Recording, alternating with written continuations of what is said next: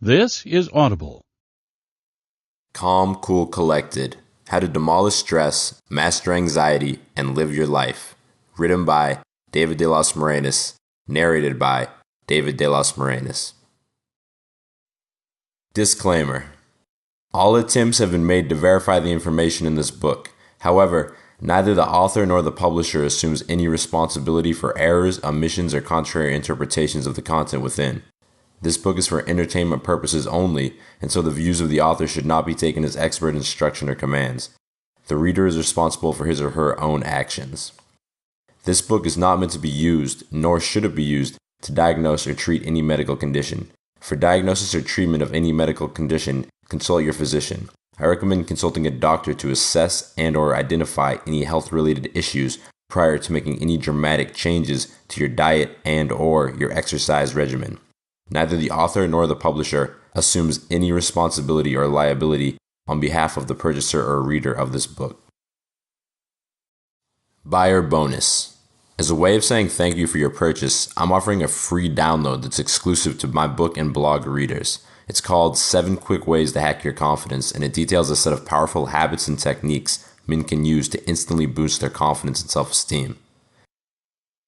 Inside, you'll learn the easiest way to convey confidence in social interactions, a simple affirmation to rapidly develop your sense of self-worth, one weird trick to instantly boost testosterone, and much, much more. You can download that at www.howtobeast.com and then click on the Get Confident button on the homepage. Again, that's www.howtobeast.com. The reason. I'm sitting at a Starbucks in Chestnut Hill, Massachusetts. It's currently 10:06 a.m. on a Monday morning. As I sit here, periodically glancing out the window, I'm contemplating the best way to start this book. I've been meaning to start it for several weeks now. A Tesla drives by. Chestnut Hill is a wealthy suburb just outside of Boston. You've probably heard of Boston College. The campus is a quick 5-minute walk from where I'm sitting. It's one of my last few weeks in the US before I head to Spain for the foreseeable future. So I'm taking it all in. Why am I telling you this? Well, aside from just needing to physically start writing, I'd like to set the scene for you. The reason why I'm writing this book. Honestly, I'm writing it for selfish reasons. I'm writing it for me. One of my biggest influences is Meditations by Marcus Aurelius, a series of notes organized into a book the great Roman philosopher King wrote to remind himself of the Stoic principles he intended to live by. His notes serve as one of the primary sources for our modern understanding of the Stoic philosophy, a philosophy I really vibe with, to the point that I got a giant tattoo of Marcus Aurelius on my left arm a few years back. It's a constant reminder to be grateful for everything I have, and to be careful not to interpret seemingly inconvenient or frustrating events as completely negative or bad. All important ideas we'll explore in greater detail throughout the book. But honestly, I've grown tired of explaining its meaning to everyone who asks, and people often mistake it for Jesus. At this point, I just smile, wink, and say, I just wanted a big tattoo on my arm. People my age tend to laugh. They get it. Older people tend to be shocked, roll their eyes, or get a little embarrassed for having asked in the first place. Alright, back on topic. One of the most remarkable things about Meditations is that he wrote it for himself, as a reminder of how to deal with day-to-day bullshit, refrain from falling into negative emotional states, and live a good life. As the leader of a nation that controlled the vast majority of the world at the time, Aurelius had to deal with his fair share of drama, from conquering foreign barbaric nations and putting down would-be domestic usurpers to mourning the death of his wife and dealing with an unpromising son as his only heir. Stoicism gave him the tools he needed to maintain sanity and tranquility as he dealt with it all. I won't get into the specifics of the philosophy here, but I do recommend checking out his book for yourself. That being said, the Stoic philosophy was definitely a major influence for my personal philosophy on stress and anxiety that you'll hear about through the remainder of this book. However, I tell you the story of Marcus Aurelius to reveal my purpose for writing this book, to document and remind myself of a series of crucial beliefs, mindsets, and practices that I never want to forget.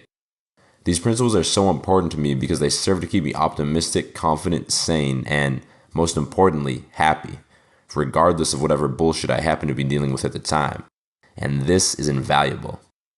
Every day we're liable to encounter traumatic events that will depress, anger, and all around cripple us, if we let them. I recently broke up with my girlfriend, for example. A single day doesn't pass by that I don't reminisce on the good times. and catch myself desperately wishing that it had worked out. Right girl, wrong time. Or something like that. Or maybe I'm having a bad day and someone cuts me off on the highway, and then the rest of the day all I can think about is how badly I wish he'd actually hit my car and I had to pull over, just so that I'd had the chance to beat his face in and teach him a lesson. Yeah, I know, it's quite the train of thought, but our minds regularly manifest crazy series of thoughts just like this.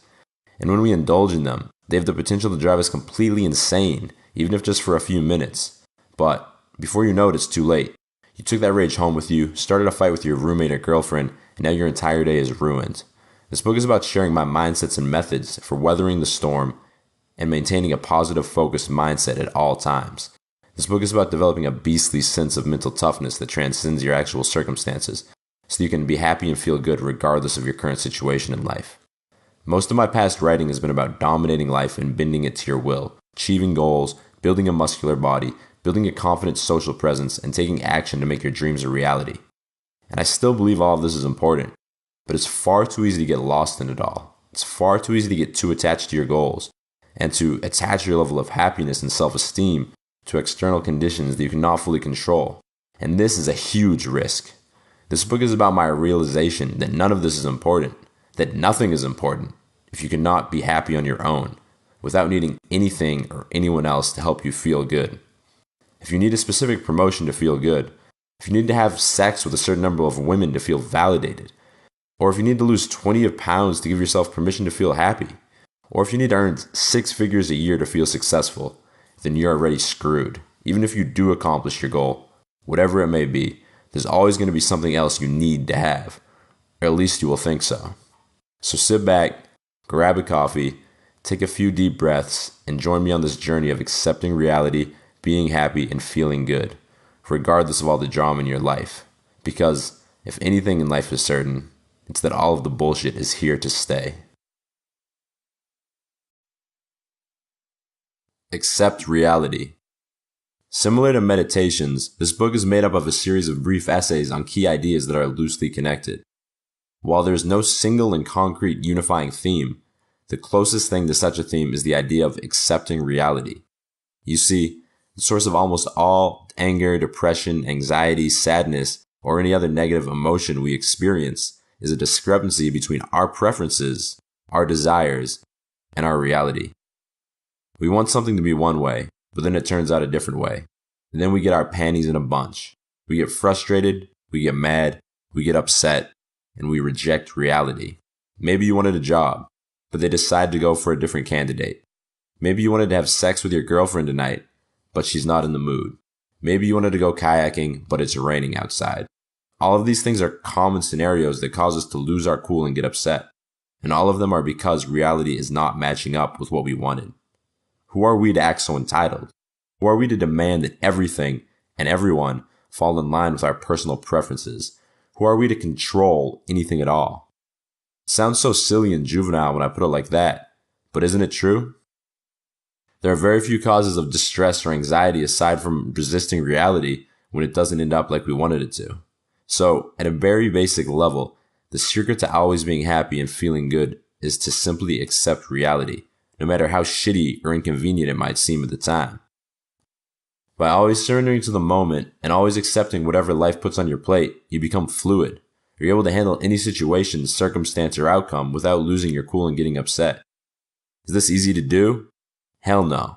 Your first instinct will always be to be disappointed, get pissed off, or throw a fit when things don't go your way. But if you can learn to catch yourself slipping and fighting against the reality of the moment, and instead calm down and accept reality for what it is, you'll be able to rise above the ebb and flow of day-to-day life that so many of us get caught up in.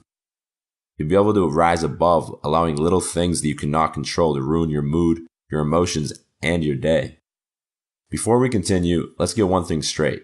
This does not mean that I advocate becoming a Buddhist monk who submits to everything and everyone and relegates himself to a life of silence, prayer, and meditation.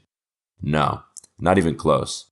What I'm actually talking about is having the balls to accept reality, not let the trauma of everyday life cause you endless anxiety, and ultimately be able to be happy and feel good without depending on anyone or anything else to do so.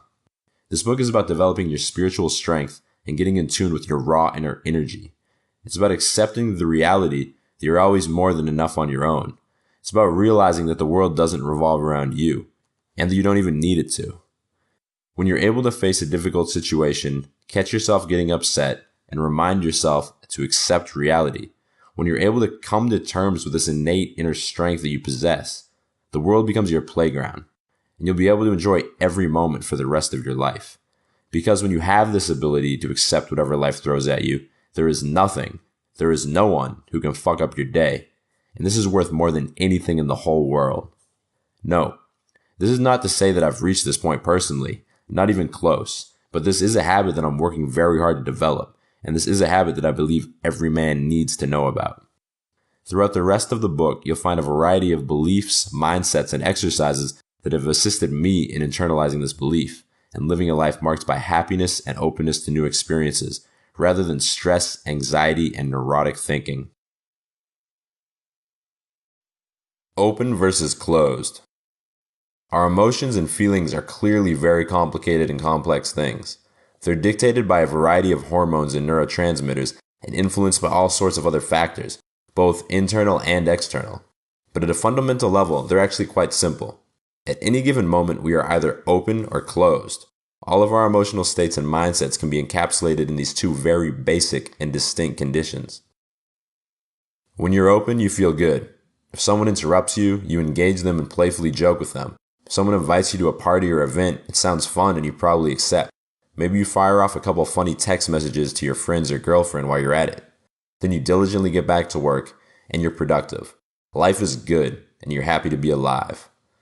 When you're closed, everything kind of sucks. If someone interrupts you, you get frustrated with them and snap back. If someone invites you to a party or event, it sounds stressful or like a waste of time and you probably decline. Maybe you're neurotically thinking about how your buddy owes you $20 and you're pissed off that he hasn't paid you yet. Then you try and get back to work. You just end up browsing the internet and driving yourself insane. Life sucks, and you have nothing to look forward to. These are all recent and common examples from my life, by the way. I think you get the point, though. When you're open, you're optimistic, happy, and relaxed. And when you're closed, you're anxious, negative, and uptight. This concept plays a large role in yoga, and particularly the idea of chakras. Chakras are energetic centers throughout the body. There are 7 of them inside of all of us.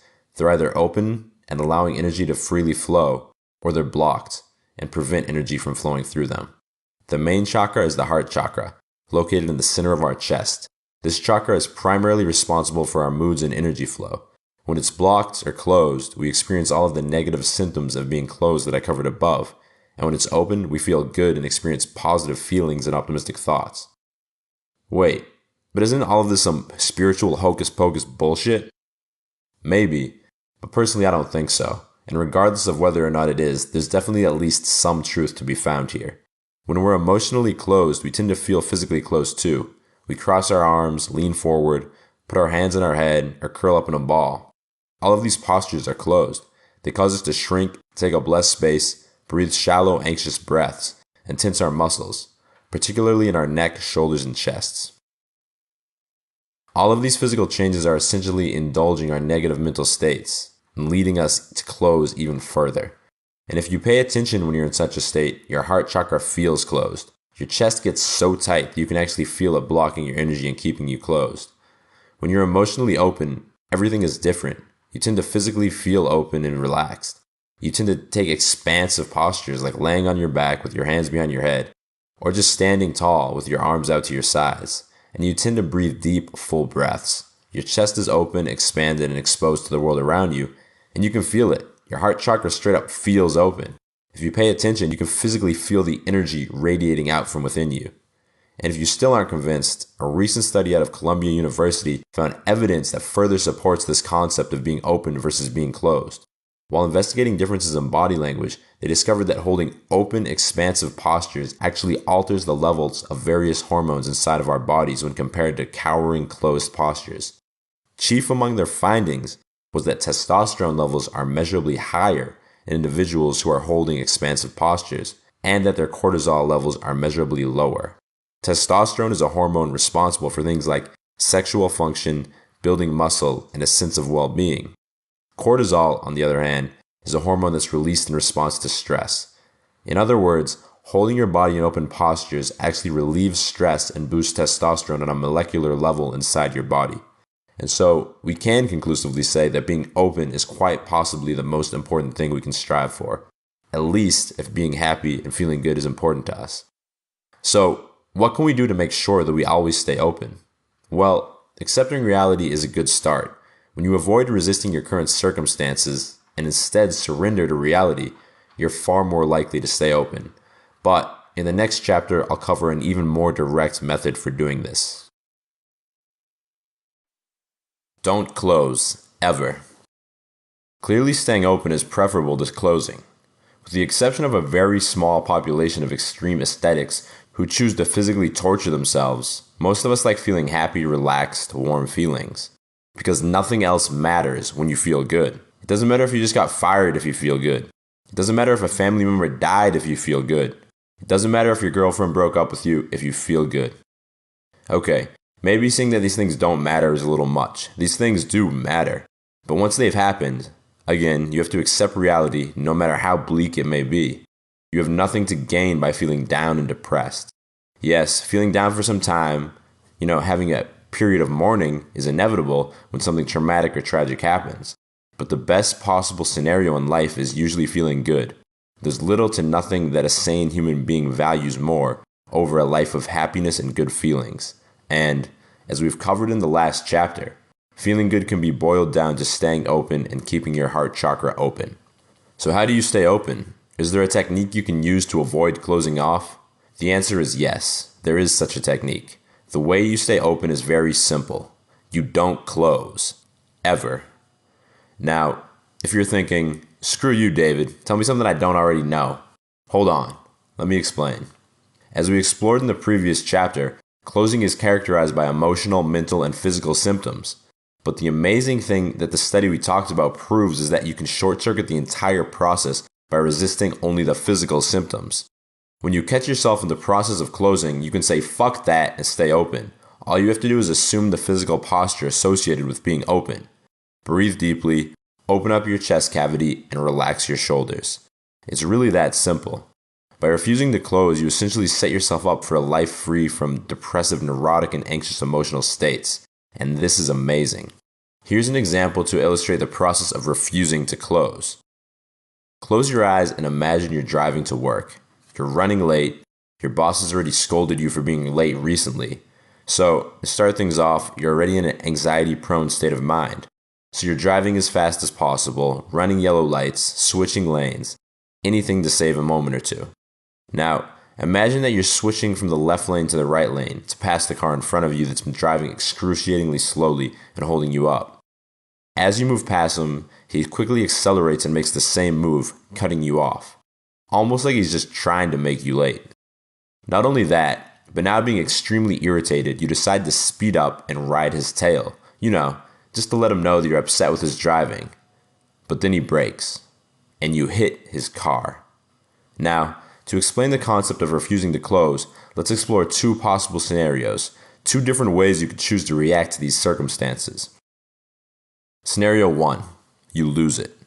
You do what just about anyone would do. You feel a rage building inside of you. You start to hear the voice inside your head going off. This fucking asshole. Now, not only am I late to work, not only do I have to make an excuse to my boss, but I have to deal with this idiot who just cut me off and deliberately made me hit him. You indulge the negative voice inside your head, get out of your car, slam your door shut, and passively aggressively deal with the other driver. Then you speed to work, make a bullshit excuse to your boss, and feel like crap the rest of the day.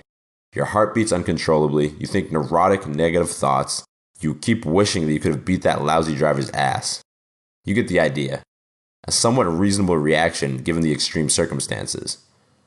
Now let's explore scenario 2. You refuse to close. After you hit the car in front of you, you feel your chest tighten up. You notice the voice inside your head starting to go crazy, thinking about all the insults you want to shout out at this guy. You feel your heart beating out of your chest. And then you recognize what's about to happen. You're about to lose it. You're about to close. As badly as you want to indulge these negative thoughts, you stop yourself. You accept reality. You were driving aggressively and you made a mistake. You start to focus on your breath. You breathe deeply into your belly. You relax your shoulders. You open your chest. You refuse to close.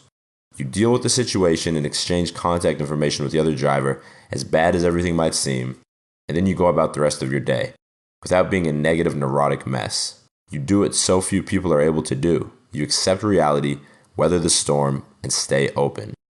No, the process is not easy, but the benefits of practicing it are simply invaluable. That example was a little extreme, but most of us deal with similar situations in which we can close and go crazy or stay open and remain happy and relaxed. We deal with these situations on a day-to-day basis. Other common examples of closing off include when you're about to get mad at someone else, when you're about to get frustrated with yourself, when you're about to start regretting something that you did or didn't do, or basically any other situation when you're in the process of getting upset. Also, as a side note, the exact example I went into detail about above is from my life. It was about 3 years ago when I was working an office job, and it sucked. I closed off and I was miserable for the rest of the day. Hell, the rest of the week. I'm sure you can recall a very similar situation from your life without much effort. So, to recap, here's a step-by-step guide for staying open regardless of the circumstances. Step 1. Notice yourself closing.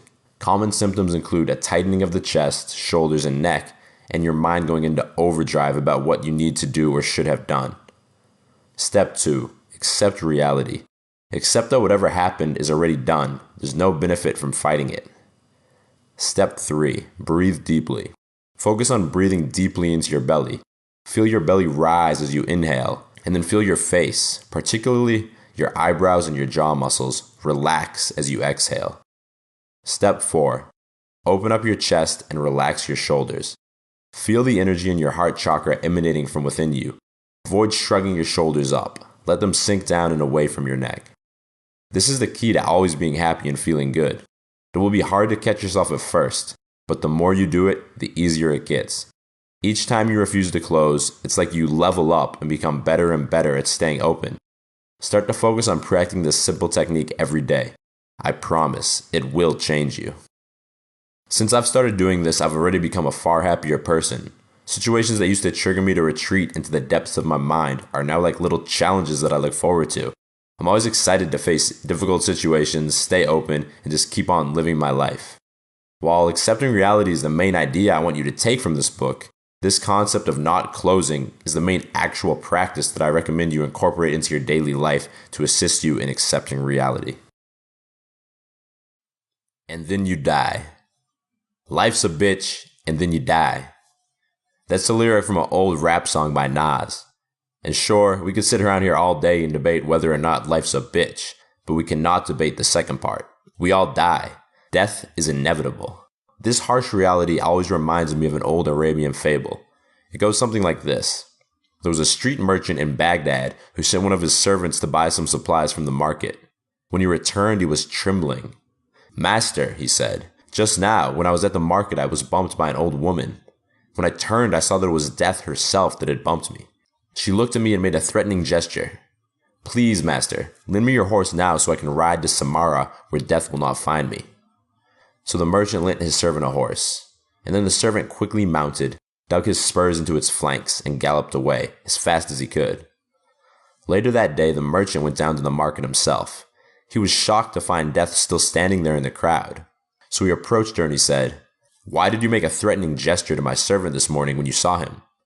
Death smiled and replied, 'That was not a threatening gesture. I was just surprised to see him in Baghdad, for I have an appointment with him later tonight in Samara.'" The moral of the story is, of course, you cannot escape death. No one can. Death is an inevitable part of life, yet Western society conditions us to neglect it. We talk about the dead as if they were still alive. We cultivate an environment where even talking about death is seen as negative or bad. We watch movies like Indiana Jones and fantasize about elixirs of never-ending life. And when someone dies, we dress them up in fancy clothes and makeup so that we can see them and even talk to them as if they were still alive. This is really, really dangerous because death is coming to all of us. This isn't something to be afraid of or run away from like the servant did in the story. No, we shouldn't be like Jake Gyllenhaal and Bubble Boy and build plastic bubbles to protect us from all of the dangers of the world. We shouldn't hide in our homes and avoid living life because we're afraid of dying. But we should remember that we are, in fact, going to die. We should accept that reality. Every step we take, every breath we take, we're one step closer to death. That can either scare the living crap out of you, or it can free you. It can motivate you to seize the moment and actually enjoy your life for the limited time that you do have. Because what's the point of being angry, anxious, or frustrated? Why waste the little precious time that you have here subjecting yourself to negative emotions? We're only here for a brief stint. We might as well feel good while we're here. Accept reality. You are going to die. And then be free from it. Decide to always stay open. Decide to be happy and actually enjoy the time that you do have. It's simply the best strategy available to you. When you catch yourself closing, remind yourself that you're going to die. And then say, fuck it. I might as well enjoy the most amazing gift that I've ever been given. Being alive. And then stay open, stay happy, and keep on crushing life. Adventure. One of the most amazing things that happens when you begin to accept reality and refuse to close is that life becomes one giant adventure.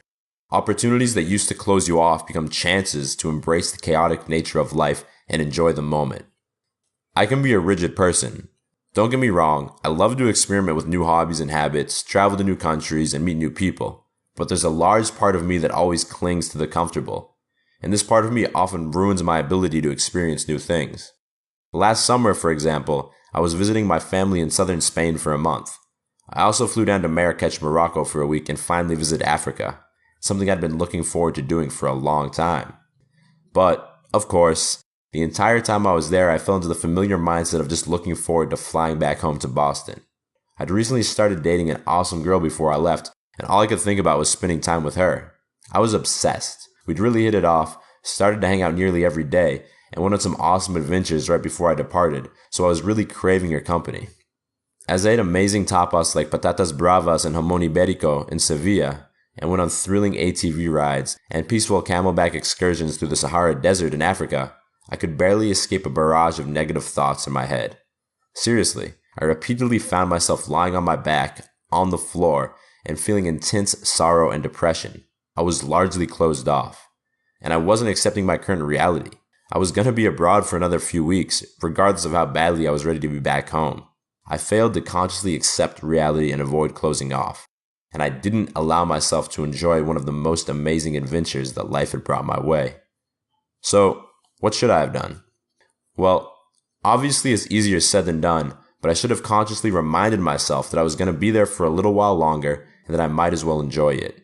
And more importantly, I should have focused on my breathing, opened up my chest, and relaxed my shoulders every single time that I noticed myself shutting down and getting stuck in negative thought patterns about not wanting to be there. Now, I was able to successfully do this at some points during the trip. It wasn't all bad. But let's contrast this with a similar situation where I was better able to accept reality and stay open.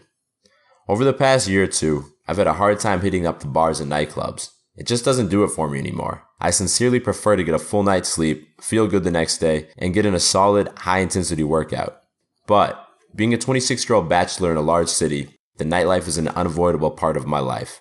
Whether I love it or not, I often find myself out at noisy nightclubs, often on the verge of closing. The typical scenario goes something like this. A friend of mine convinces me to come out. Usually there's a cool party or quality group of guys going out, with some cute girls of course. So I agree. I meet up with some friends, have a few drinks, and head to the bar. After having a good time for an hour or so, the familiar voice inside my head starts to go off. Think about how much nicer it would be if you were lying on your mattress right now. Think about all those bacon and eggs you'll be devouring as soon as you wake up. And you can grab a strong coffee and hit the gym. Boy, that sounds perfect. Oh, how the voice inside my head knows how to tempt me. I hear these things and I'm sold. All I want to do is grab an Uber, that's a taxi for you older folks, head home, and indulge my comfort-seeking side. At this point, even if I stay out, I'm just going to be thinking about heading home anyway. I'm not going to be enjoying the night, chatting up girls, or doing anything adventurous. But lately, I catch myself. Don't you dare shut down, David, I tell myself. I'm already out here, I might as well enjoy it, I say, accepting my current reality. Then I breathe deep, open my chest wide, and relax my shoulders. And I'm fully rejuvenated. My energy comes back full force. I enjoy the adventure of the night. I'm open to staying out a little bit later, hitting up a few more bars, and seeing where the night takes me. Now, I know this might sound like a trivial example. Wow, good job, David, I can already hear you saying sarcastically. I'm so impressed that you can stay out past midnight. But you have to realize the significance of this matter. This is a typical scenario in my life that used to shut me down, close me off, and prevent me from having a good time. The simple habit of accepting reality and refusing to close down allows me to say fuck you to the neurotic voice inside my head and go on an adventure instead. And this is a game changer. Life will always be an exciting adventure that's full of plot twists and surprises, if you can manage to stay open and accept your ever-changing reality. And if not, well, then it will seem more like an endless series of frustrating inconveniences that you cannot control. Everything will start to upset you, give you anxiety, and close you down. The world is chaotic by nature. It's your decision how you perceive this chaos. And that decision is yours. But staying open and embracing the adventure sounds like an easy choice to me. Perception. You don't have to turn this into something. It doesn't have to upset you. This is a quote from my man Marcus Aurelius in Meditations, and it's one of my favorites because it's all about the magic of perception. You see, there are two main components to any event in your life: the event itself and then your perception of it. The event itself is the reality that you have to accept. If you broke your ankle, then you broke your ankle. If your girlfriend dumped you, then she dumped you. If your car broke down, then it broke down. These things don't change based on how you feel about them. But how an event affects you is based on your perception of the event. Most people would perceive all of the above examples as negative, and they are, to a certain extent. If you broke your ankle, you have to accept that reality. No, you can't go play basketball tomorrow like everything's cool, but you don't have to be miserable and abstain from enjoying every other part of your life, like most people do after suffering a bad injury or falling victim to the flu. You can choose to perceive this event as an opportunity to focus on reading, writing, meditating, and doing other things that you usually are too active to do. You can take it as a challenge to practice accepting reality and staying open. If your girlfriend dumped you, you have to accept that reality too. No, you won't be hanging out with her next weekend, but you don't have to feel lonely and indulge in your negative thoughts that you'll never find another girl who's as good as she is. You can choose to perceive this event as an opportunity to enjoy a greater degree of freedom. You can date other women, stop having to worry about another person's feelings all the time, and move to a new city. If your car breaks down, you have to accept that reality too. No, you won't be getting to wherever you were headed right on time, but you don't have to let that ruin your day. You always have control over how you perceive an event. Nothing is inherently bad unless you make it so. When something bad happens, you have two basic choices. 1, you perceive the event as a terrible thing, close down, refuse to accept reality, and you're generally miserable as a result. 2, you accept your new reality and avoid closing down. Breathe deep, open your heart, and relax your shoulders. And then you decide how to perceive the event from a grounded, open perspective. The second choice is always the better one. It allows you to remain happy and feel good regardless of what happens in your life. Here's the amazing thing. This is a basic formula to avoid anxiety and stay happy, no matter what happens to you. Ever. Another way I've heard this same idea framed is the concept of 2 arrows.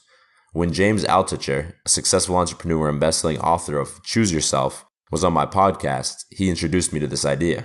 The basic concept is that when something bad happens in your life, it's like you're in the heat of battle and you get hit by an arrow from an enemy archer. Now, depending on how you perceive this arrow, you either get back up and persist past its initial impact, or you pity yourself and get hit by a second arrow while you're down, feeling miserable. And then you suffer even more pain and more trauma as a result. To quote how James explained this, the first arrow that hits you will cause a lot of pain. But even worse is the second arrow. That can kill you. So basically the first arrow always hits you. This arrow is reality. This is your ankle breaking, your girlfriend dumping you, and your car breaking down. This cannot be avoided. But the second arrow can be avoided if you accept reality and refuse to close. When you do this, you essentially accept that you've been hit by an arrow, but you refuse to let it keep you down. You refuse to let the second arrow hit. You stay open in the face of adversity. James related this story back to his life by talking about 2 times when he lost a lot of money. The first time he let it ruin him. To make a long story short, he closed down, stopped exercising, sleeping, and eating well, and he nearly lost his home and his family in the process. He let the second arrow hit. The second time, he happened to be on the set of a new TV show with his buddy. He got a phone call, and on that call, he was informed that he lost a recent $7 million investment that he'd made. He lost every single cent of it. But this time he avoided the second arrow. He accepted reality, stayed open, and went back to enjoying his time on the movie set. Despite a killer first arrow striking him, he controlled his perception of the event and he avoided the second arrow. No, this isn't easy to do, but it is possible. By simply being aware and being patient with yourself, you can slowly train yourself to choose how you perceive events, avoid the second arrow, and live a far happier, calmer life. One that's not subject to being derailed at a moment's notice, just because something unfortunate happened to you. Because that is something that you can always count on. Game over. One of the biggest myths in the history of the human race is the concept of winning. We've all colluded and pitched in to facilitate the continuation of what I like to call the winner's mentality. The belief that once we win or achieve our particular goal, everything will somehow be better. But this is bullshit. You can never win. The game is never over. Victory is not followed by pure bliss and happiness. Victory is only followed by looking forward to the next competition. Only in movies is victory followed by a huge celebration, which of course is then followed by the end of the movie. To illustrate how big of a role this concept plays in our society, look no further than American football. At the beginning of each season, all 32 teams in the NFL set their sights on winning the Super Bowl, an event that's so insanely popular that it continues to be the single most watched program on television. On February 1st, 2015, over 114 million people turned on their TVs and tuned in to see the New England Patriots beat the Seattle Seahawks 28-24 in the Super Bowl. Over 114 million people. The fact that so many people cared enough to take 4 hours out of their day just to see who would win this coveted competition says a whole lot about how much importance people place on winning. The 2 weeks leading up to the Super Bowl are always one of the biggest news parades of the year. Every major news outlet streams hours upon hours of coverage related to every aspect of the game. Which players are healthy, which are hurt, who's talking trash, how's the other team responding, what hotels are they staying at, whose wife said what, who posted a funny picture on Instagram. And what about after the game? How does the winning team react?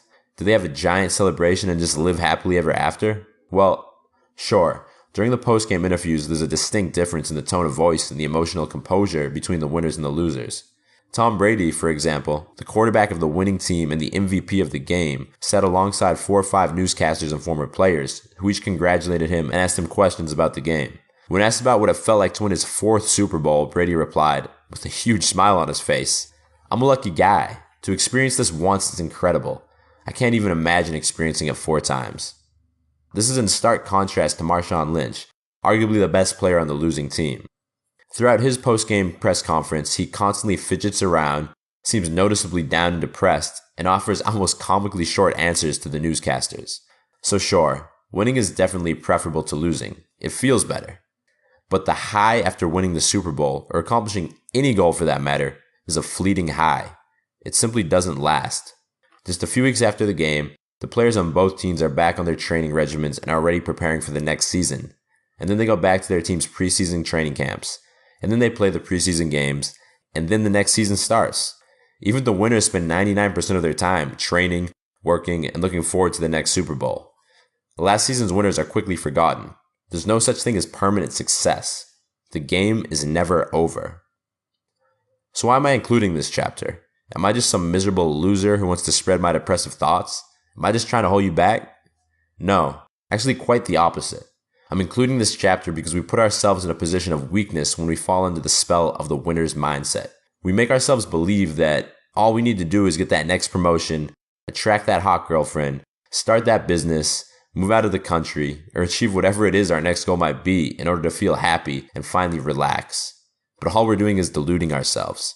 If you can't be happy exactly as you are right now, then that is never going to change. Nothing will make you happy. A new job isn't going to make everything better. A cute girlfriend isn't going to fix you. A new home isn't going to magically improve your quality of life. And losing 20 pounds won't bring you complete peace of mind either. No single thing is going to bring you everlasting bliss. You must accept this reality. Your happiness and your peace of mind depend on it. I've personally fallen for all of these traps. When I was a virgin late in my college years, I was sure that if I had sex with just one girl, I'd be forever happy. Of course, when I finally did pop that cherry, the urge was instantly replaced with wanting to see that girl again, make her my girlfriend, and then eventually have sex with other girls. And of course, those things only led to more and more sexual and romantic desires as I checked them off the list. When I was a senior in college, I was convinced that if I got just one job offer of $60,000 per year or more, my life would be a success. Of course, when I did get that offer, accepted it, and began working there, I was already looking forward to my first promotion. and then quitting that job and changing careers, and then starting my own business, and then growing that business, and then starting the next one. The game didn't end after I lost my virginity. It didn't end after I got a solid job offer either. The game doesn't just end. The game is never over. This doesn't mean to give up all of your goals, give away all of your possessions, and become some hermit hippie. No, striving to improve and working towards goals is a necessary and fulfilling process. Without having a purpose or a goal to work towards, we can easily fall into depression and feel worthless.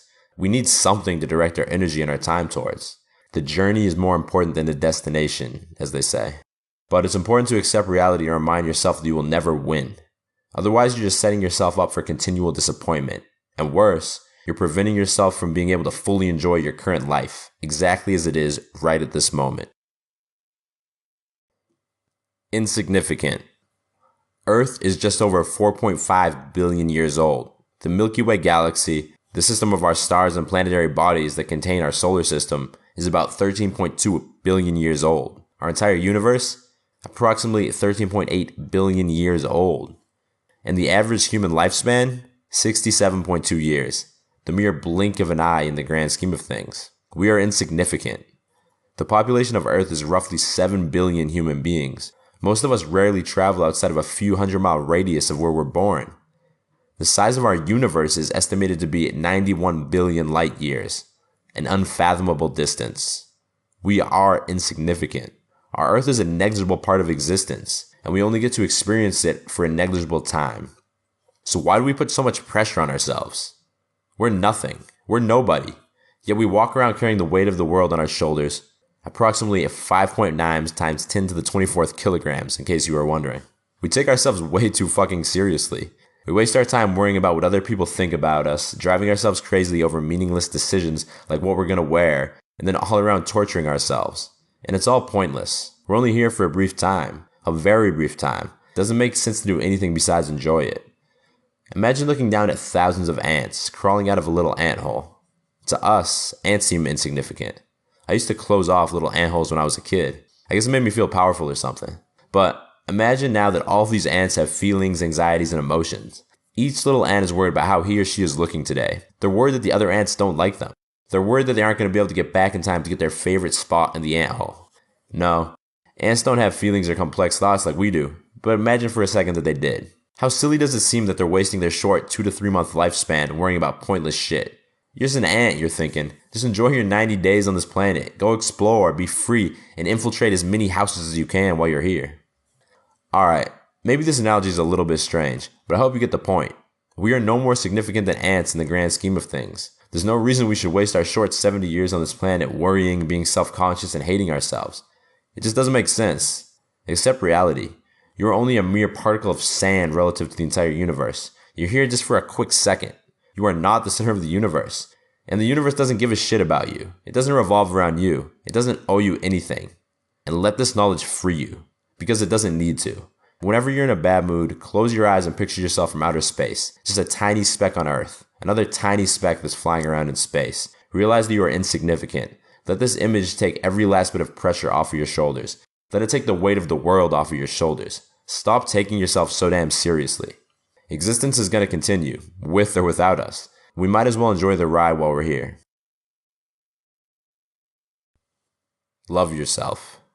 I love myself. I am more than enough on my own. That is my personal affirmation. It's the single most important thing that I can remind myself. It reminds me to be patient and gentle with myself. It reminds me that I don't need anyone or anything else. It reminds me to treat myself with compassion and with love. I stole this idea from Kamal Ravikant in his book, Love Yourself Like Your Life Depends on It. That book changed my life. And so did using this affirmation. It's too easy to treat yourself like shit. It's too easy to be impatient, mean, and demanding, like an intense football coach. It's too easy to hold your happiness hostage until you perform at a higher level or achieve your goals. But if you really think that you'll start treating yourself better once you achieve that goal or turn that corner, you're only fooling yourself. Something else will come up. You won't change. You'll keep beating yourself up. Throughout my career as a personal trainer, I learned that most financially successful people in the US don't take good care of their health. They don't exercise, they eat like crap, they barely sleep. The funny thing is, most of them are actually very smart, and they realize this mistake, but they still don't change their habits. So, how do they rationalize this to themselves? Easy. They tell themselves that when they retire, they will finally start working out, eating healthy, and sleeping more. They decide to just keep being hard on themselves and working themselves into the ground, just until they retire, of course. And as you could have guessed, most of them continue to neglect their health, even after retirement. They come up with something else they need to do first, an investment they need to make, a house they need to build, a will they need to write. They continue to be way too hard on themselves. This is why it's absolutely crucial to start loving yourself at this very moment. You have my permission. You don't need to wait any longer. If you put it off, you'll never change. You'll make a habit of putting it off. There will always be something else you need to do first. Make more money, get a nicer car, date a hotter girl, something else, just one more thing. Love yourself now. Be happy now. This affirmation is a practical way to remind yourself of this principle on a daily basis. I love myself. I am more than enough on my own. Say it to yourself right now. Say it loud. Say it with conviction. Say it like you fucking mean it. Say it every morning. Say it on your commute to work. Say it when you realize you're closing down. Breathe deeply, open your chest, relax your shoulders, and then say this too. Stay open. Refuse to close. Refuse to beat yourself up. Be gentle with yourself. This really works. Studies have shown that affirmations actually impact our mindsets and beliefs. By repeating something to ourselves over and over again, our subconscious minds accept it as reality. This is why they're so powerful. This is why you should use them. But this also makes them dangerous. The popular self-help notion of affirmations can actually sabotage us. This is because the popular self-help method of using affirmations is to tell ourselves that we've already accomplished a goal. Something like, my new book is published on Amazon and available on Kindle. It's a #1 bestseller. I have succeeded. I'm a success. Or maybe, I have a hot girlfriend who makes me sandwiches and gives me full body massages. Or maybe, I'm making $100,000 per year. My business is a complete success. These affirmations are so dangerous because they make us believe we've already succeeded when, in reality, we have not. The work has not yet been done, yet we are already basking in our glory. And then we get complacent, relax, and we don't take action. This is why documentaries like The Secret and other popular self-help publications that push the law of attraction are complete bullshit. Having a positive mindset is good, yes, but straight up lying to yourself and pretending like you've already achieved your wildest dreams is not. At the most basic level, it's just a refusal to accept reality. It's a cheap attempt at deluding yourself for a short-term high that won't last. It will only undermine your happiness, self-esteem, and success in the long term when you're inevitably forced to come to terms with reality. Alright, that was a side rant. My point is that affirmations are powerful, and that power can be misused and lead to self-sabotage, but that power can also be harnessed for good. There's no danger in loving yourself. There's only benefit. I love myself. I am more than enough on my own. That's my personal affirmation. It's the most important thing I can remind myself of. Please, steal it and use it for yourself. Love yourself. Show yourself the same compassion that you show other people you care about. Be happy now. Shit happens. In the field of psychotherapy, therapists assist people to overcome emotional issues and anxiety that are impacting their lives in negative ways. One of the main ways that therapists help their patients is by assisting them in identifying, coping with, and accepting unresolved trauma from their past. You see, their understanding is that when we experience a traumatic event, we have the tendency to try and avoid dealing with the pain in the moment. We try to convince ourselves that it's not a big deal, sweep it under the rug, distract ourselves with something else, and otherwise pretend that it didn't even happen. This is extremely dangerous because while we trick ourselves into thinking that ignoring the trauma will make our lives easier and make it go away, the unresolved trauma actually ends up creeping into our daily lives and surfacing in the form of anxiety about seemingly unrelated things. An example of this could be something like your girlfriend cheating on you, a traumatic experience that could easily leave you furious, emotionally scarred, and afraid of trusting other people.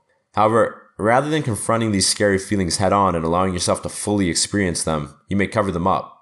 Maybe you treat your girlfriend like crap, repeatedly cheat on her, and smoke weed whenever thoughts of her infidelity creep into your head. You try and avoid dealing with the pain by any means possible. So, while you never have to sit around and directly cope with the pain of her cheating on you, it actually ends up ruining your current relationship, and worse, filling you with a constant anxiety and causing you to form a bunch of bad habits that further undermine your well-being.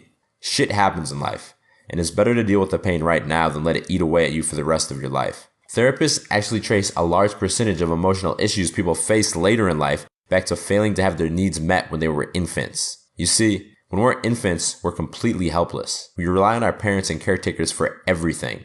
eating, peeing, pooping, cleaning, sleeping, etc. This leaves us in an incredibly vulnerable state, one where little things like not being able to eat or go to the bathroom when we need to can forever scar us.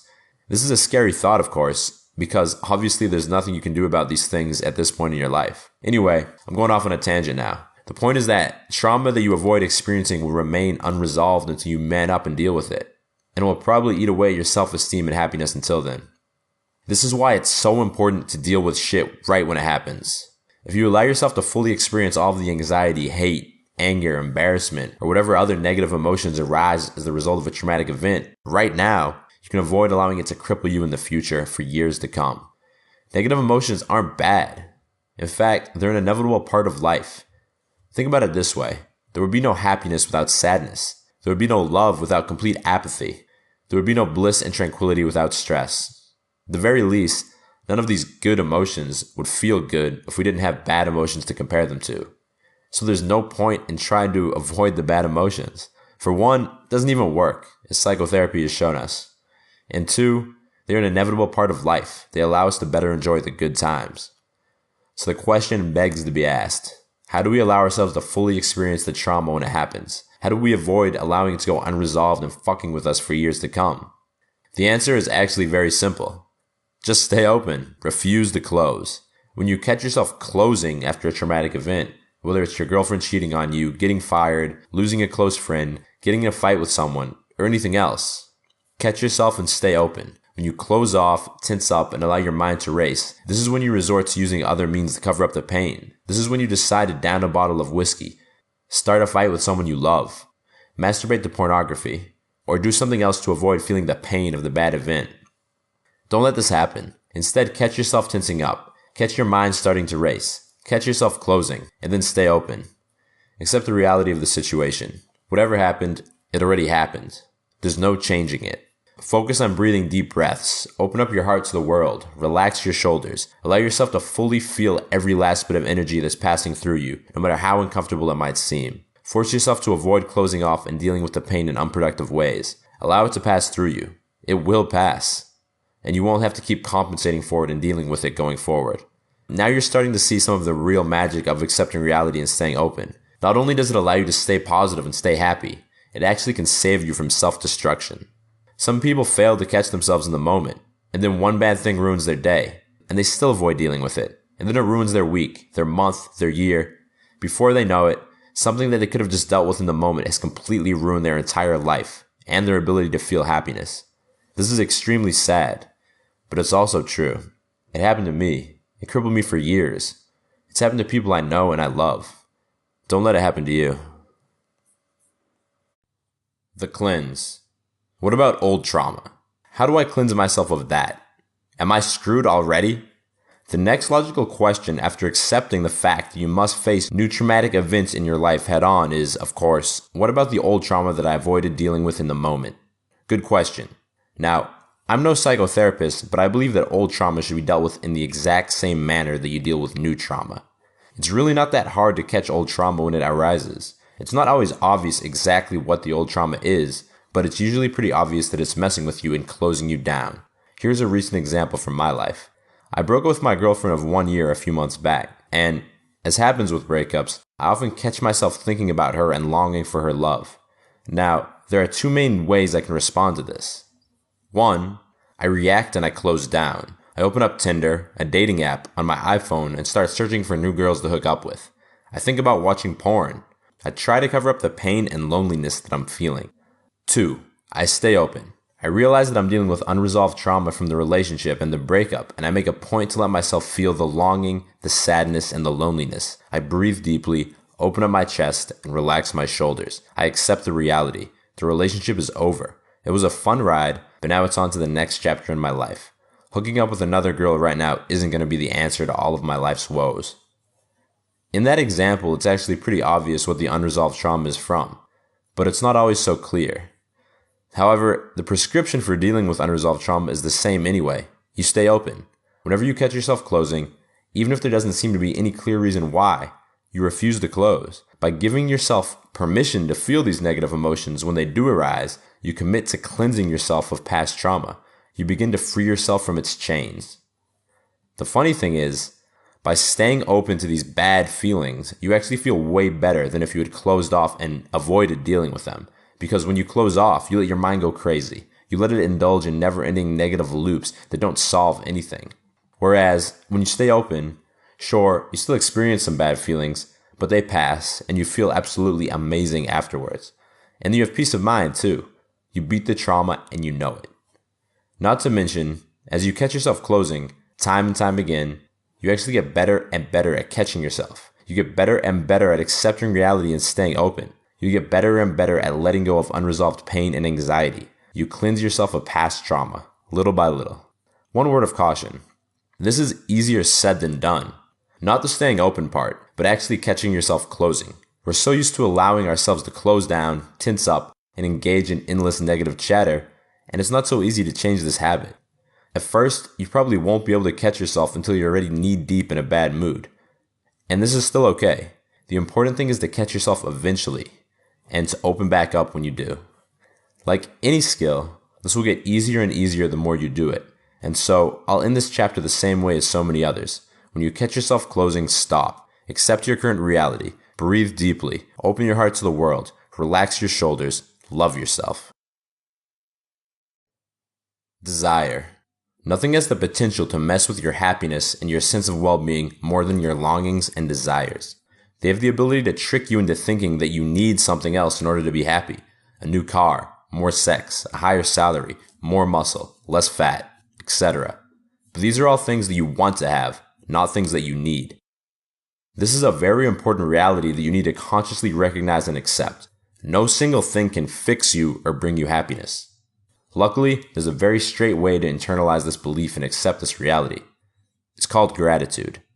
When you're deliberately grateful for everything that you already have, you remind yourself that you don't need anything else. You realize that you would long for so many of the things that you already have if you were to lose them, the exact same way you're longing for more and more things right now.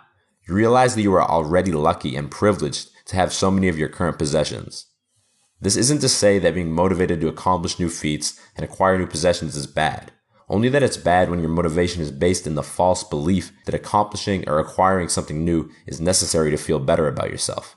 This is pure bullshit. It's just a false belief that's messing with your sense of reality. You're already more than enough. You already have more than enough.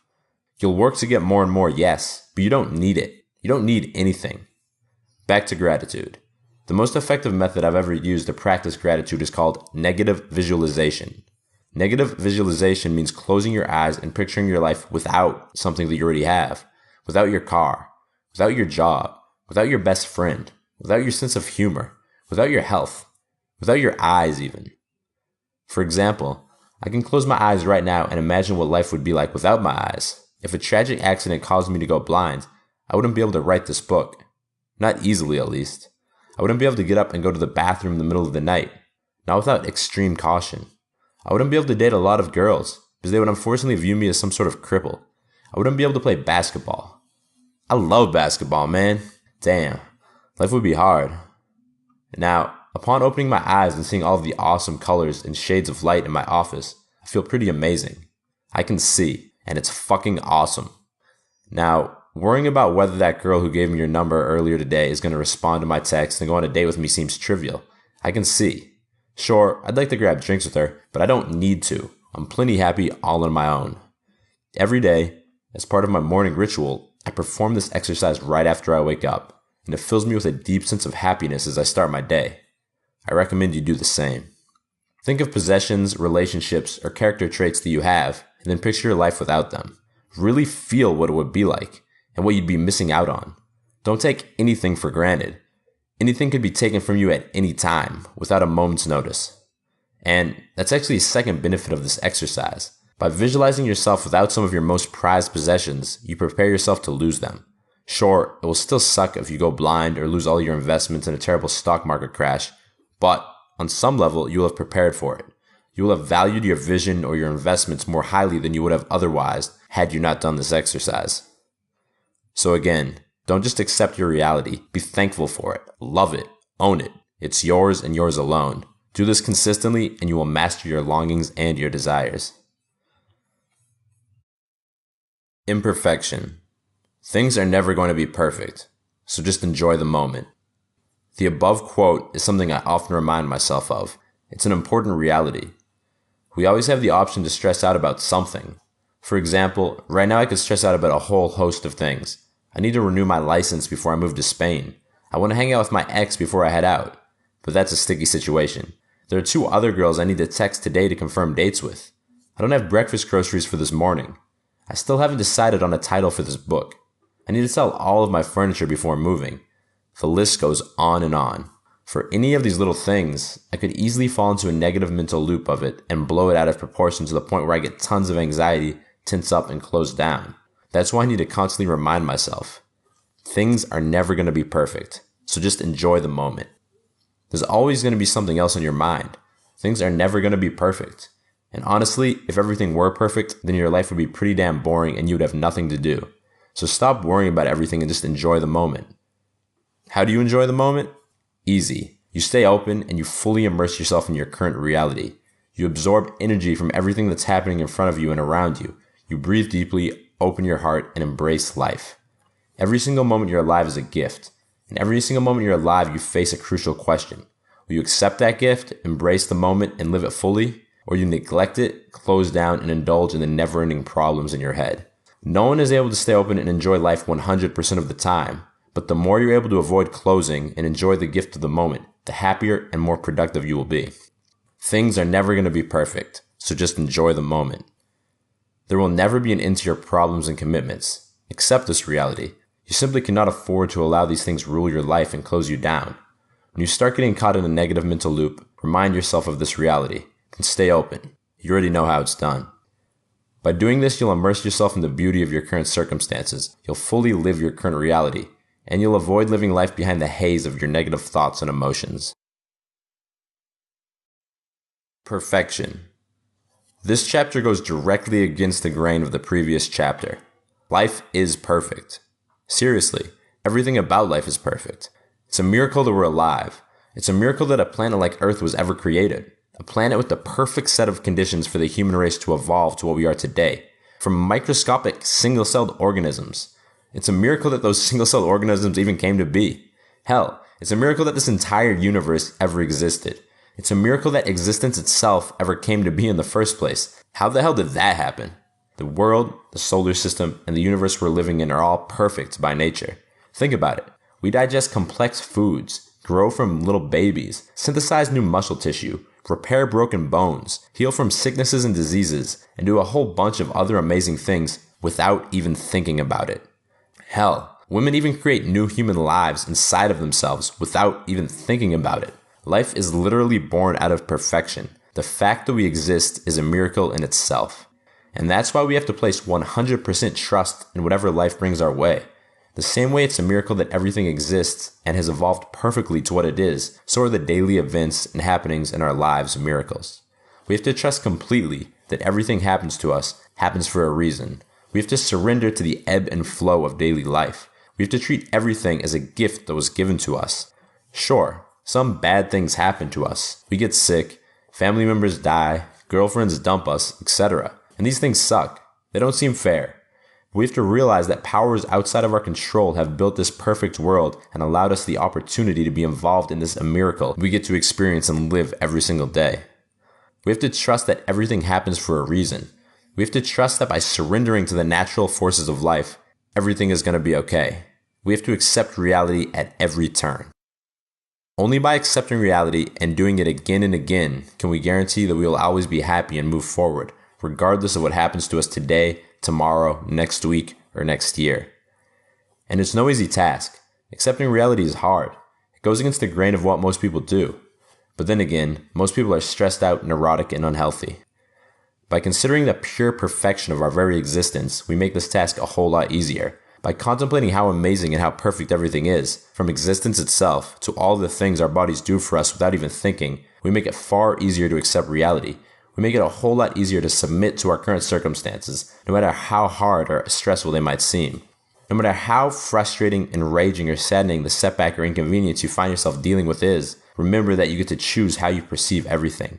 And keep in mind how perfect existence is when you make this choice. Life is perfect. It's a goddamn miracle. And so is every single moment of our lives. Accept your current reality. Do it now. Do it always. Fighting it will only undermine your ability to stay happy, stay open, and move forward. The voice. Have you ever noticed that you have a voice inside your head that never shuts up? Literally, it's like we all have a crazy little man living inside our brains, and he never shuts his mouth. This guy is super annoying. He plays up on our insecurities, and he refuses to let us rest and relax. Yes, I'm talking about what people typically refer to as their thoughts or ideas. He loves to remind you of things you need to do, mistakes you made, old arguments you had, people you should confront, things other people might be thinking or doing, and other bullshit. David, you still need to sell your car and clean it out and negotiate a price with the dealer. And shut the fuck up, bro. I already know this. Yes, he even argues with himself. You're sitting here thinking about her, missing her, loving her. What about her? What is she up to right now? She's probably texting some other dude. The nerve of that bitch. Oh, he can be the guy who riles you up and gets you ready to fight too. Here's what you should have done. You shouldn't have yelled at her and gotten upset. You should have just politely told her to go home. That would have shown her. That would have really driven her crazy. He's also great at creating alternate realities to make sure you feel like crap about yourself. He's literally the worst. Sure, sometimes he's positive. Sometimes he pumps you up and gets you ready to go. But let's be honest. Those are the exceptions. Usually, he sucks. What's he saying to you right now? Yeah, this guy is right.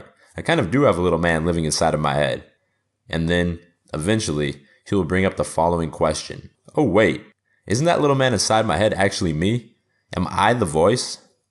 No, man, that's just your little man doing his thing. The little voice inside your head is not you. And this is a crucial distinction to make. You are not the voice inside your head. Hell, you can barely control him. So, who are you? This is actually a really deep question. I'm David, you might be thinking, but that's just your name. I was born in 1989. I grew up in Boston and spent the summers in Spain with my family, you might respond. But that's just some of your history. Who are you? Well, I'm an author and entrepreneur. I love working out and traveling the world. Still wrong. That's not you. That's just how you make money and what you like to do. When you get past all of your surface level associations, who are you? Really, who are you? Now, I don't have a perfect answer to this question, to be honest. But personally, I believe you are the sense of consciousness that experiences everything that you experience. You're the one who feels the pages on this book, or the edges of your iPad if you're reading the Kindle version, or hearing this if you're listening to the audio version. You're the one who sees everything your eyes take in. You're the one who listens to the little voice inside your head. You're the one who receives all of the sensory input as you go about your life. You're the conscious spirit inside of your body, or something like that. But for the purposes of staying on track, the important thing to realize is that you are not the crazy, neurotic voice inside your head. You are not that compulsively negative voice that drives you insane at all hours of the day and night. You simply notice him. You hear his incessant craziness. And this is a huge realization to make, because when you make the mistake of identifying with him, as most of us do, you sell yourself extremely short, and you subject yourself to believing everything that he says, and worse, actually reacting to it and acting on it. You undermine your peace of mind and self-esteem. Realize that you are not him. Realize that he won't shut up. Realize that you're stuck with him forever. Accept this fact. Accept this reality. And then know that just because he doesn't stop talking doesn't mean that you have to take him seriously. I mean, let's be honest. If you had a friend who talked to you like the little voice inside your head does, would you take him seriously?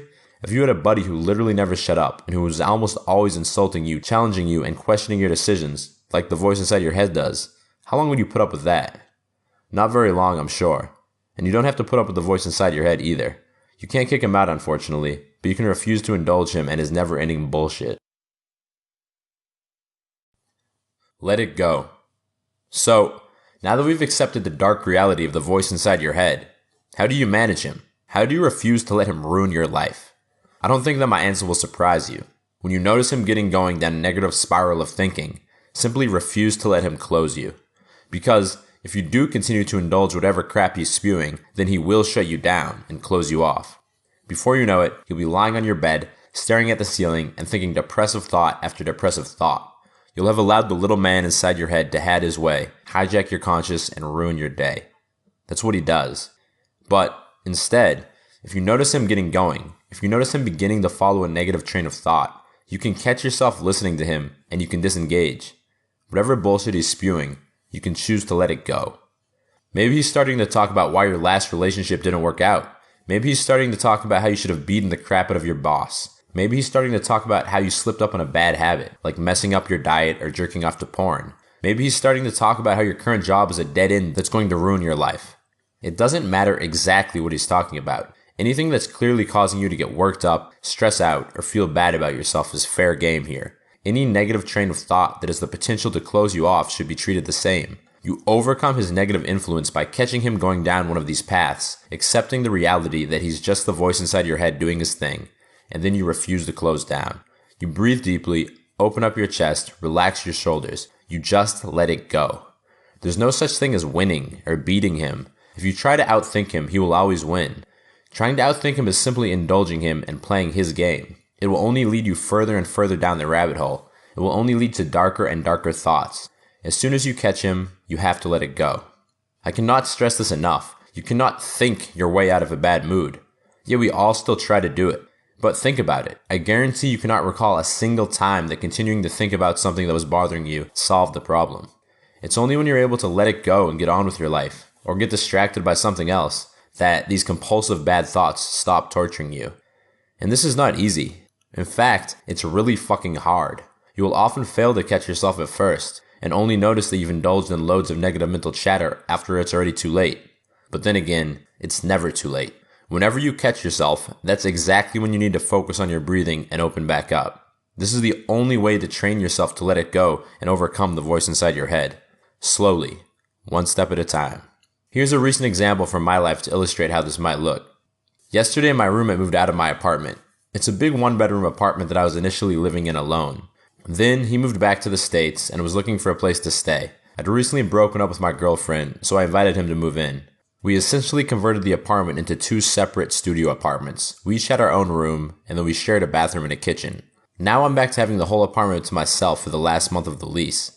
This morning I woke up in my old bedroom, which is the room that my buddy lived in while he was here, and I couldn't stop thinking about my ex-girlfriend. Yes, I know, this is an ongoing motif at the time of me writing this. You see, for all the time I used to live in that room, we were together, and so I have lots of memories with her in that room, and most of them were good. So, while lying in bed, freshly awake, I began to reminisce on the relationship. Not a bad thing on its own. But then, Mr. Voice inside my head started to put his trademark negative spin on everything. I caught myself desperately longing to have the relationship back. How did you lose her? You need to get her back, man. You need to relive all those old memories. But then I caught myself. I caught the voice saying things that were getting me worked up and making me feel bad. So I took a step back. I reminded myself that this was just the voice inside my head. I accepted the reality of the situation. The relationship had failed and we had broken up. I started to breathe deeply. I opened my chest. I relaxed my shoulders. Did the voice instantly vanish? No, of course not. He kept going. But now I was listening from a grounded perspective. I was aware of the fact that it was just a little crazy man inside of my head. I was forced to listen for a little bit longer, but as I focused on my breath and staying open, he slowly faded into the background. I stayed open. I didn't let him ruin my day. I just let it go. Ritual. Everything we've covered so far is about accepting reality and refusing to close. It's all been about embracing the inevitable bullshit of everyday life and using it to ensure your happiness. But how do you prepare yourself to stay open when things go wrong? Is there anything you can do to improve your chances of accepting an inconvenient or painful reality when it happens to come your way? The answer is yes. For one, you can read books like this and understand why accepting reality is better than fighting it. This knowledge alone will assist you in better accepting bleak realities and staying open. But understanding is not the same as preparation. I intuitively understand that fighting reality and closing up will drive me crazy, make me upset, and ruin my day. But sometimes it still happens. This knowledge alone doesn't save me, even after writing a book about it. And, if you recall, I wrote this book to better remind myself of this concept in the first place. But I have discovered a daily practice that helps prepare me to weather the storm of traumatic events and negative mindsets that plague our lives each and every day. It's a simple morning ritual. I won't go into excruciating detail about the ritual because it's outside the scope of this book, but I will share each of the 4 habits that make up the routine and briefly describe why and how I do each of them. Each of these habits supports me in staying positive, confident, and productive throughout my day. Each of them puts me in a good place, physically, mentally, and emotionally, so that I'm better prepared to accept reality and stay open regardless of how good or bad my day goes. Habit 1. Journaling. As soon as I wake up, I grab my journal.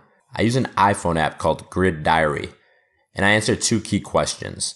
1. What am I grateful for? And 2. What do I need to get done today? Question 1 is there to help me master my desires, as we covered in the earlier chapter titled Desire. It's there to remind me of how great my life already is. I use the aforementioned negative visualization technique to really tune in on why the thing I'm grateful for is so awesome. And this puts me in a positive mindset right upon waking up. Now, question 2 is there to help me focus on what I need to get done today. Every day we all have countless different ways we can choose to spend our time. We also have tasks we need to complete that are priorities, and these tasks will often stress us out if we neglect to find time to do them. They will often nudge that voice inside our head to get going, full blast, and really let us have it. By reminding myself of my priority tasks, I make sure to schedule time in my day to get them done, and this gives me peace of mind. Habit 2. Cold shower. The second habit I do every day is to hop into a freezing cold shower. This shocks my system, wakes me up, and fills me with energy. It demolishes any strain of lethargy or laziness that I wake up with. It also does something else that's very important. It primes me to face uncomfortable situations throughout the rest of my day. Every morning I absolutely abhor stepping foot into that shower. I know that it's gonna suck, but then I force myself to do it anyway. This process prepares me to face similarly uncomfortable situations later in the day. Maybe I need to have a tough conversation with my boss or my girlfriend. I surely won't feel like doing it. I'd much prefer to ignore the reality of the situation and try to pretend like everything is okay. Even though this always leads to silly passive-aggressive behavior fueled by an angry, aggressive voice inside my head. But after the cold shower, I'm prepared to accept these harsh realities and act on them, even though it's going to be uncomfortable. Habit 3. Meditation. Yes, you probably saw this one coming. Meditation is like the purest form of staying open. It's also a good way to practice hearing the voice inside your head and then distancing yourself from it. For my meditation, I lie on my back with my arms wide on either side of me, opening up my heart chakra, and my knees bent so that my feet are resting flat on the floor. This is to keep me awake and alert. And then I focus on my breathing. Focus on breathing deeply in through my nose and into my belly. Focus on feeling my belly rise. And then I focus on breathing out fully. Focus on feeling all the muscles in my body and my face relax as I exhale, particularly my eyebrow and my jaw muscles. I do this for about 5 minutes. Throughout these 5 minutes, my thoughts often shift from focusing on my breath to listening to the voice inside my head. But then I catch myself indulging the voice and I return the focus to the breath. This is invaluable. It will literally rewire your brain and your consciousness to do this by default and stay open throughout the rest of your day. Habit 4. Reading. I finish up my morning ritual by reading. This fills my head with new ideas. I don't have a big explanation about why doing this will help you accept reality and keep you open, but if you're reading this book, then hopefully it will. This morning ritual has changed my life since I started it. I'm far less neurotic and anxious. I'm far more happy and focused, and I'm far more likely to stay open and accept my ever-changing reality. I urge you to steal this routine from me and try it for yourself. Wake up 30 minutes earlier if you have to. Trust me, it's completely worth it. Many guys I've shared this with in the past now swear by it and don't miss a day without doing it.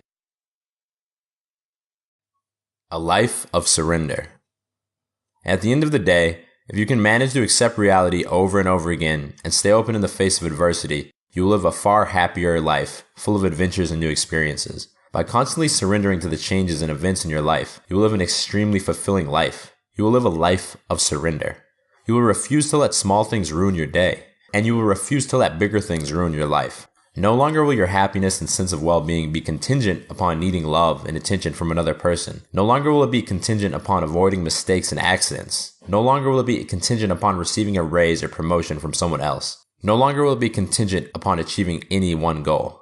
By always accepting your new reality and always refusing to close, no matter what this reality is, you will take the ultimate responsibility. You will take complete responsibility for your happiness and your sense of well-being. No one and no thing has the power to upset you, stress you out, or ruin your day. Not when you tap into the immense power of accepting reality. Not when you refuse to close. This habit has forever changed my life, and I know it can change yours too.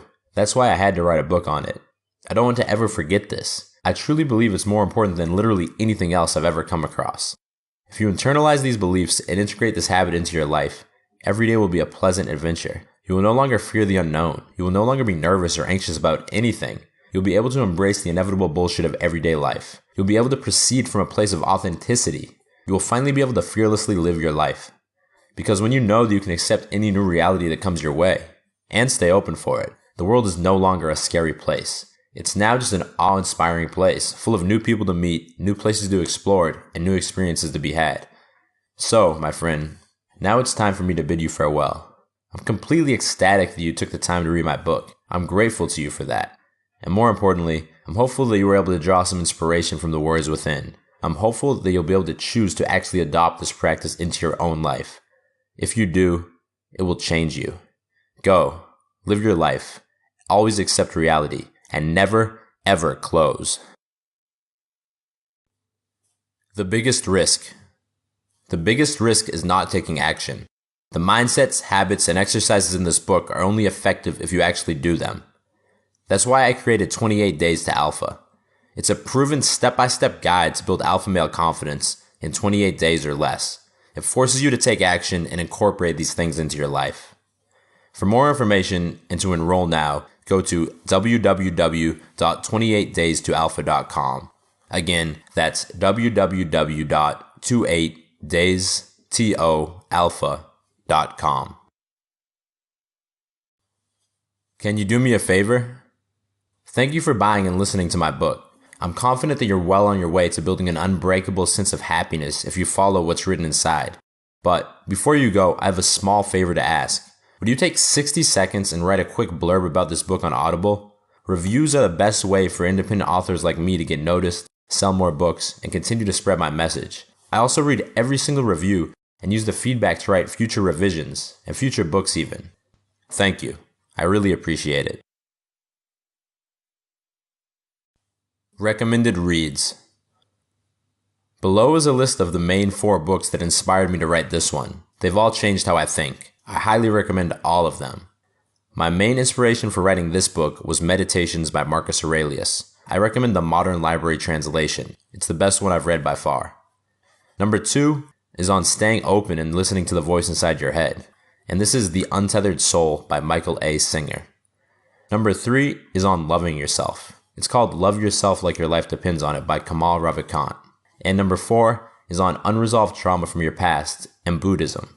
It's called The Trauma of Everyday Life by Mark Epstein. About the author. David De Los Morenas is an engineer, personal trainer, and entrepreneur known for his best-selling books on men's health. Follow him at www.howtobeast.com. This has been Calm, Cool, Collected, How to Demolish Stress, Master Anxiety, and Live Your Life. Written by David De Los Morenas, narrated by David De Los Morenas. Audible hopes you have enjoyed this program.